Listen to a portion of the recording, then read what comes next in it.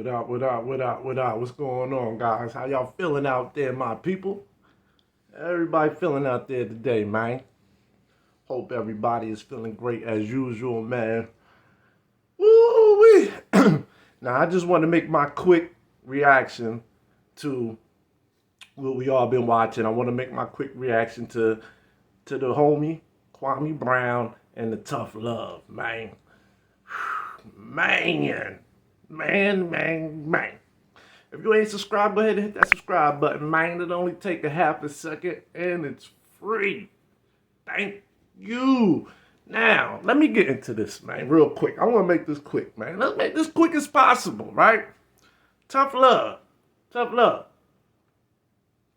First of all, why did you need to start off dialogue letting Kwame know that you just drinking juice?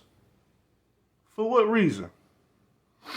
I mean, you already starting off the conversation with an underhand statement. You grown. You could drink what you want.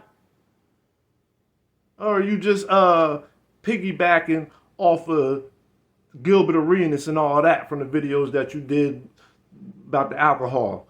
Because you made an assumption in your video saying that you were saying that his emotions probably got involved because of the alcohol and all that. And I'm like, how can you make that assessment if you don't know this man personally?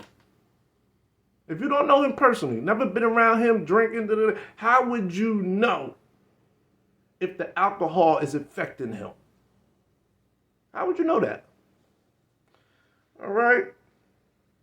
And then, like, you want to keep throwing up there that you're not subscribed to him. You're very condescending. Like, you're very condescending. It's like you act like you're listening to him as Kwame is giving his statement or asking you a question. And as soon as he's done, as soon as Kwame gets done asking his question or making a statement, you're like, okay. And then you're like, on to the next. So you're already thinking of a rebuttal in your head as Kwame is asking you the question or talking to you. So how can you really be paying attention to what Kwame's saying if you're already thinking of a pre-rebuttal in your head? You can see it. Very condescending. Like, and I'm sorry, man. I don't know how you do this. Do y'all notice? Do y'all see my hat? First of all, how old are you, man? Since you always want to critique another man and I would do this if it was him, I would do this. How the hell do you wear your hats covering your eyebrows, man? What is up with that? That is some, man, I can't even, man, look, man. Sheesh. Anyway, back to your condescending, underhand statement having. Like, it was very hard watching this. I ain't gonna say very hard, but just watching the back and forth, it was like, what sense are you making? Like, where's your points at? Where's your points coming from? So it's like, I'm listening to you and you're saying, how was you a leader when you came into the NBA around Mike and Kobe? Basically, and is that rhetorical? Is that a rhetorical question? Where are you getting at with asking that question? Where exactly are you getting at with asking the question, was you a leader at 19 when you came into the NBA? Like, what's the backbone? What's the meat and bones and the potatoes to that question? What's that question really for? Like, where are you getting at? Of course, he had to have leadership qualities to make it to where he made it, obviously. And you agree to that. Like, anybody with common sense knows that. Anybody with common sense knows that. So you want to equivalent him being a leader at 19, coming in the NBA, playing with Michael Jordan or Kobe Bryant, to him almost being 40 now as a leader? Is that what you're trying to compare? Because I didn't get that one. I really didn't get that one. And then you're so worried about what's going on in his chat. If it was my platform, I wouldn't allow the disrespect. Like, what are you talking about? It's not your platform. You're on his platform. What you allow on your platform is what you allow. What he allow on his platform is what he allow. How can you control somebody else's platform and say what they should be doing because that's what you would do? Like Kwame said, that's not even fair. That's not even fair to do. So it's like what so on your channel, do you critique everybody out there? Like anybody that you subscribe to, that you familiar with, do you critique every single person and you say, this is what I would do if I was them? Like, think about what you're saying. Is that really fair? And then you call it tough love? It's not tough love. Sound like the chatty patty. Sound like you just gossiping. You can't expect somebody else to do what you would do. God made us all different. He gave us all our own personality. We're all our own person, our own human being. We're all our own person. Like you tell him, oh, if I was drafted first, African American, like I don't know what that got to do with it. If I was drafted first, I would have been at the All-Star game. So every ex-NBA player that was drafted number one goes to the All-Star games. And then you want to just throw it in there because it was the 70, they were celebrating the 75 top. So that's why he should have won? When he's been telling us for I don't know how long, he's not a celebrity. Basketball's just a game. Don't label him with them guys. And he don't got to go to no All-Star game to acknowledge his peers that he played in the NBA with. Like he said, he hang with L&I on the streets, man. Outside of basketball, man, they cool. He don't need to go to no All-Star game to help validate who he is.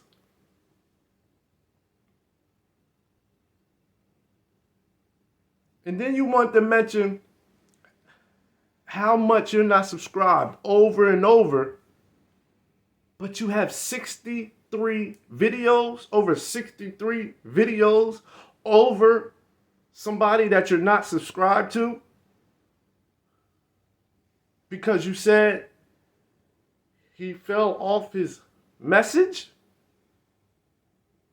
First of all, none of that makes sense. None of that. You totally lied talking about when you was introduced to him, it was about trading and coding. That's a lie. He barely spoke about trading and coding. We all know what was going on. He was on fire for them first couple months on YouTube because he was roasting dudes. He was roasting dudes.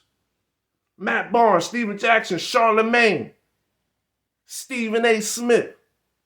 He was roasting them. And then he said, once I got you guys, now that I got you guys' attention, how about I believe, in my opinion, we need trading and coding in schools. And he talked about the reading level of black men. He said, now that I got your attention.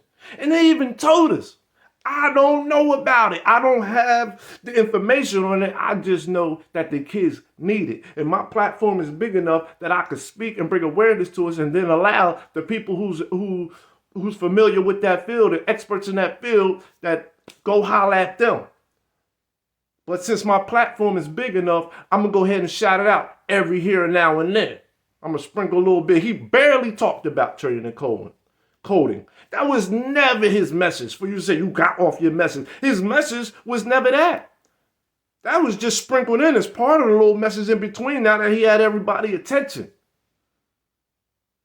So what do you mean? Like you're just straight up lying. Just say that you're watching. What third party is going to continue to send somebody clips of somebody that's not interested? If I am not interested in a certain genre, if I'm not interested in a certain YouTube, I'm gonna make sure that third party is going to stop sending me clips over and over and over of somebody that I'm not interested in. And it seems like the only clips you're sending me is negative clips. It's clips that I have some type of negative gripe with. That makes absolutely no sense. It just don't. Why don't you just say, look, man, When I talk about you, I get the most views. I make the most money per month from YouTube.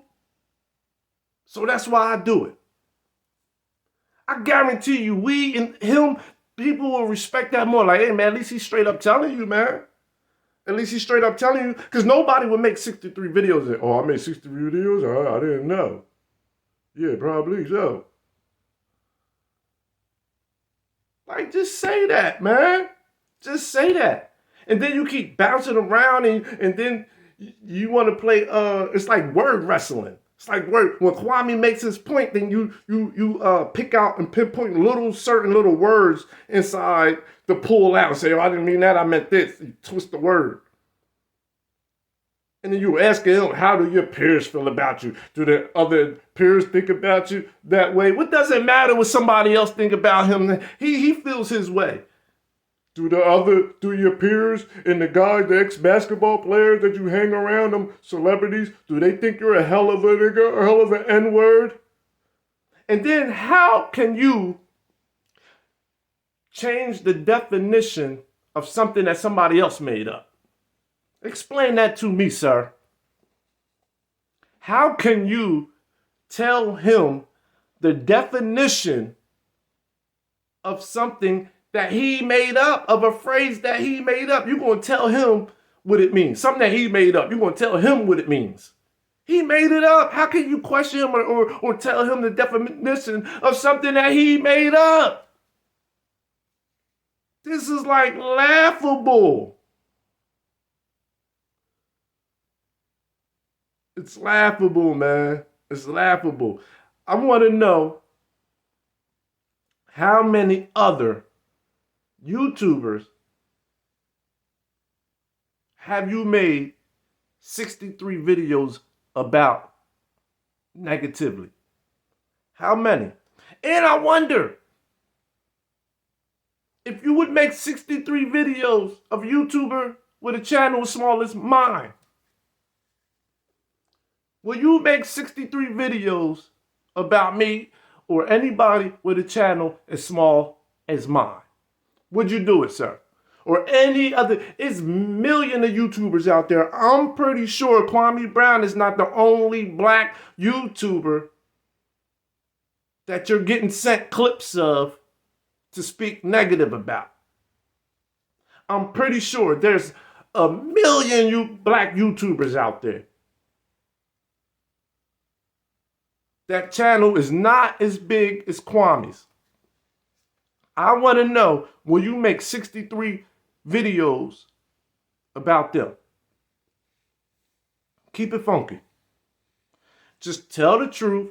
Say I'm doing it for the algorithms because I get the most views and I get the most money from YouTube when I talk about you. Because that's what's hot right now. Guarantee you would be no problem. You would respect it. Like, all right, man. It is what it is. You kept it real. You told the truth.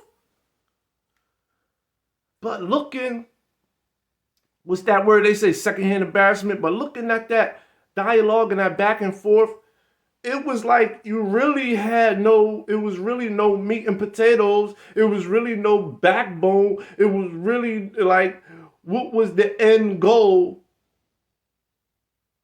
from the issues that you have?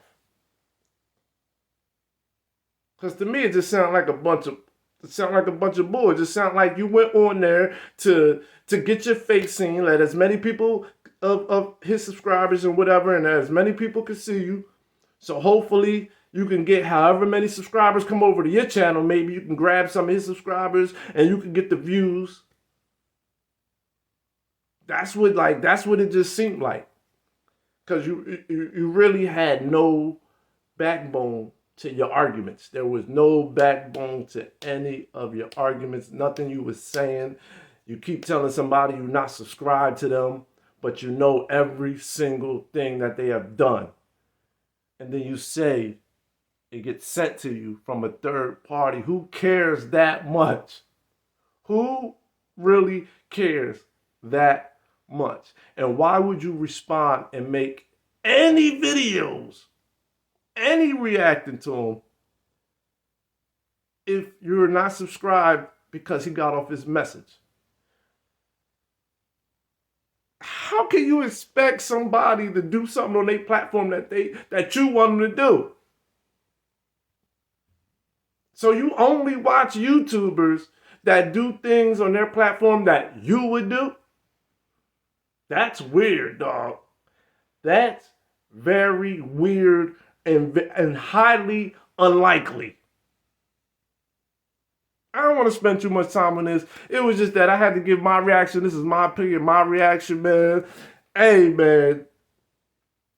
You guys out there that's doing this, that's basically just hating and putting out these videos or whatever on Kwame is just because he's on fire right now. He's hot and it's the cool thing to do. Like, y'all, I'm gonna keep that to myself. Like when Mama said, you ain't got nothing good to say, don't say nothing at all. Peace and love to everybody, man. Hit that like button, hit that subscribe button. It's free, man. Kwame Brown, keep doing what you're doing. You ain't doing nothing wrong, man. You know what it is, man. Peace and love.